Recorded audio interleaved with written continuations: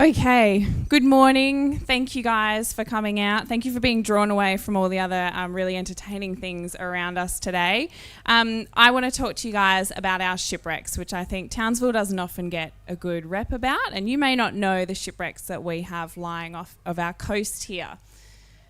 So just quickly, I didn't actually know Courtney was going to do this, so I normally just put a slide in just to tell you a little bit about what I do and where I'm from to put me in the picture. But essentially, it's all that Courtney said. I've worked across Australia. I've worked in Oman.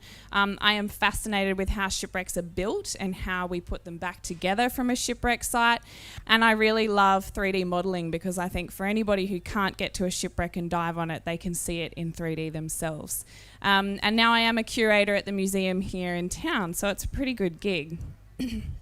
So first of all, what is a shipwreck? A lot of people think, thanks to Disney, that it looks something like this, which I wish shipwrecks did all the time. But we like to give a phrase for shipwrecks and say that they are much more like a time capsule. So if you think about archaeologists that excavate ancient Egypt or ancient Rome, they're looking at a really long period of time over people living in somewhere for a long time. When we excavate a shipwreck, we're looking at a moment in time. So everything that was happening on that ship, what people were wearing, what they were doing, as soon as that ship went down, that was captured like a time capsule, and that's what we love to investigate.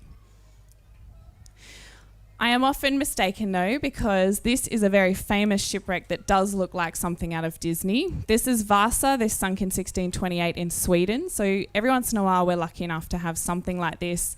It was recovered in the 60s and almost floated back into the same port that it left from hundreds of years later. So before someone corrects me, we do have beautiful shipwrecks like that. Another famous one you may have heard of is Mary Rose, which is in the UK, and you can see it's not quite as well preserved as Vasa is. You got the back sort of quarter of the ship there. They excavated that